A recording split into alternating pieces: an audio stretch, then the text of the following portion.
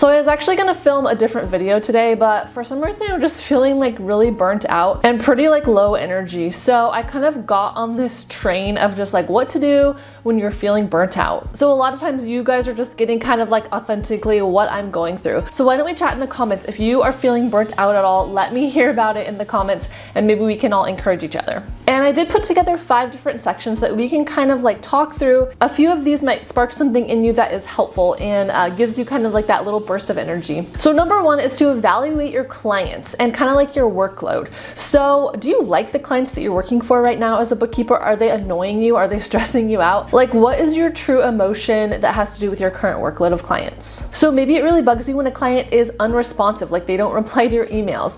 So maybe you hate it when people are disorganized, or maybe you have someone who just doesn't really listen to you and what you're saying. Like if you keep telling them you can't mix business expenses and personal expenses, but they keep doing it and just like getting annoying. At some point, it might be worth your own sanity and your own happiness to let one of those clients go. Another thing might be no one's fault, but it might be just like you don't like the industry that your client is working in. If you find that it's really stressful to be a bookkeeper for the restaurant industry, maybe you need to consider a different specialty. If you don't actually have a specialty yet, but maybe you have like 5 clients and you really prefer a couple of the industries, maybe that's a good sign to yourself that you need to go after more of those type of clients, because the restaurant person is really stressful, but the yoga teacher is really helpful. And some of that can be personality, but think about the industry and your niche as well, along with the services that you're providing. So I think a year ago or so, maybe longer, I did like a whole series on different bookkeeper services. And so I did kind of like level 1 services, the easiest ones, and then getting more advanced. And so as you go along, there's probably gonna be things that you enjoy doing more than others. Like maybe you love doing bookkeeper cleanups. I'm gonna have a video coming out about cleanups. I'm not sure if it already came out or it might be in the future, but it's talking about how that can be your specialty. That can be your niche if you want. Maybe you have a bunch of tiny little clients and they're not providing you a good profit margin. Maybe then you could do some research on how to attract higher paying clients. So that's a whole bunch of different examples, but the overall point is take a look at your business. Like, what are the pain points for you? What are you enjoying and what are you not enjoying? And then do more of the things that you like. Because of course, this is one of the reasons why we started our own bookkeeping business instead of working for someone else. You really have that kind of unique opportunity to create the business that you want to be and the lifestyle that you like. All right, number 2 is set boundaries. So you've heard this before, you know you're supposed to do this, but make sure you're actually doing that. Make sure you're working the hours that you want to work, that you're not, firing up your laptop again at 8 p.m. if you don't want to be. I also had a video about your office space. Do you need a little more distance between your work, or do you like having your home office?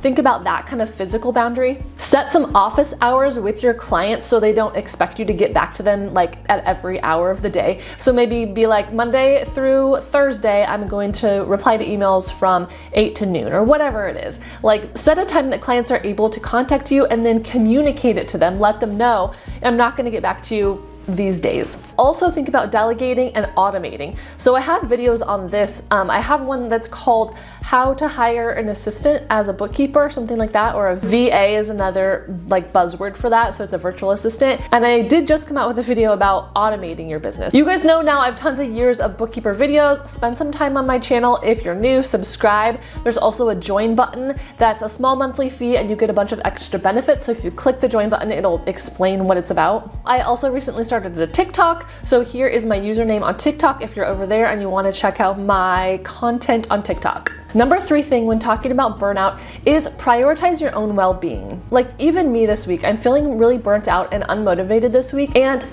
usually I go on like a walk almost every day or every other day, and I haven't gone out, I haven't moved my body in like a week or so. So I'm actually going to play volleyball tonight. So I'm excited about that. It's like the playoffs of like my adult volleyball league. So I'm hoping that will be like a little thing that will like kind of jumpstart me into just like being a little more active, eating healthier, and kind of getting back in the swing of things. And of course, I know that I need to drink enough water, eat healthy, get enough sleep, like do all those basic things that even when I'm not feeling the best, I try to keep up a little bit the baseline. So I still get enough sleep. I still try to do the dishes each day. And I know people have different capacities for sure. And some people are going to need even more support. Like I definitely encourage like talking to a therapist if that's helpful. maybe you can get together with some other bookkeepers in your area or other small business owners, and then you can just talk through some of the frustrations that you're having. And make sure you're taking those intentional breaks. So take a 15-minute break every hour or two. If it's feasible, schedule even like a quick vacation. So we live near the coast, so I can even take a day trip to the beach. Or if I'm feeling spontaneous, maybe do like a quick weekend trip away with my family or something, you know, just like something to get you kind of outside of your usual like routines. Another point is that hiring help in other like parallel parts of your life might help. So if you can afford it and you can hire a house cleaner, that might be great. If you can hire someone to help with your yard, maybe you have little kids that you're home with all day and you just need a break for like 4 hours. So if you can squeeze it out of the budget, that might be worth it. Number 4 is take strategic time off. I guess I talked about this a little bit in the other one, but think about the periods of your day that are like plugged and unplugged. So I have a block planner, and in every block, you're supposed to check off like, is this an unplugged block or is this like, do I need my phone and my computer? And I don't actually always take the time to like think about that, but it is really nice to have some intentional unplugged time. Also think about hobbies or non-work activities. So I've always loved reading. Like ever since I was a kid, I loved reading. I was an English major. I'll put up a screenshot of my 5 or so favorite books that I read last year.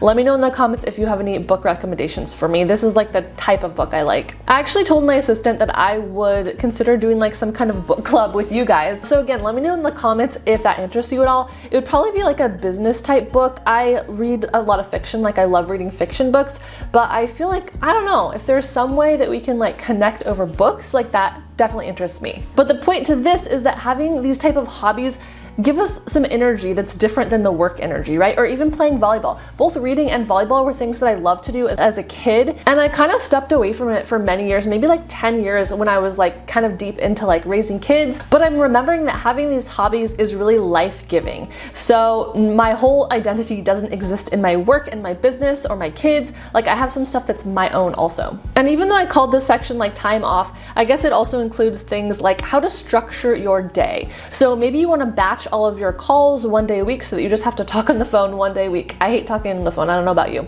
And then that also helps you focus on different types of work, different days. So I haven't read a book about this. I feel like I've just been hearing about it. Like if you do all your creative work like at once, your brain gets in that creative mode. There's also something called deep work, which is I think when you're really focused. Again, give me those recommendations on business books or those self-help books so I can explain this even better. But yeah, so there's creative work, there's deep work, there's the social type of work, and I also have listed on here, have like a life admin day. There's a YouTuber I watch that always uses the phrase life admin day. I'll put up a screenshot of her YouTube channel. Her name's Michelle B, and she lives in New Zealand, I think, so she has like the most lovely accent, and she always just talks about a life admin day and how she like ticks off things on her list, and I don't know, just her aesthetic is like really relaxing and enjoyable to me. So if you can kind of romanticize getting your errands done on a life admin day, that is a really good hack. Number 5 thing for burnout is remember your purpose. So go over your goals again. Like, why did you even start this bookkeeping business in the first place? Are the goals that you set like 3 years ago really what you want today, or do you need to update them? And don't forget to celebrate your wins. So celebrate the things that you have accomplished. 3 years ago, your goal was to get 4 clients, and now you have 7 clients. Like, make sure you really take time to soak that in. And I think I've shared this before, but I'm constantly reevaluating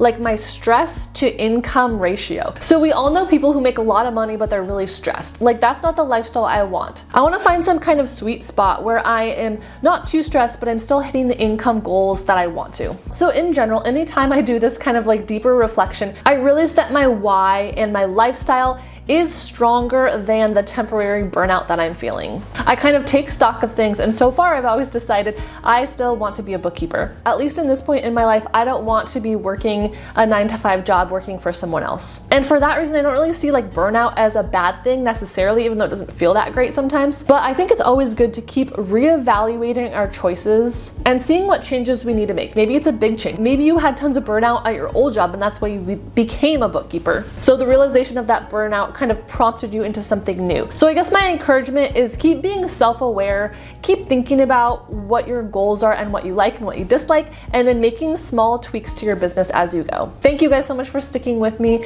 and watching my YouTube videos each week. I really appreciate you. I got got a notification recently on the anniversary of my YouTube channel. I think it was 5 years. Was it 5 years? I'd love to hear in the comments how long you've been watching this channel and how long you've been a bookkeeper if you are one. All right, thank you guys again. I really appreciate you.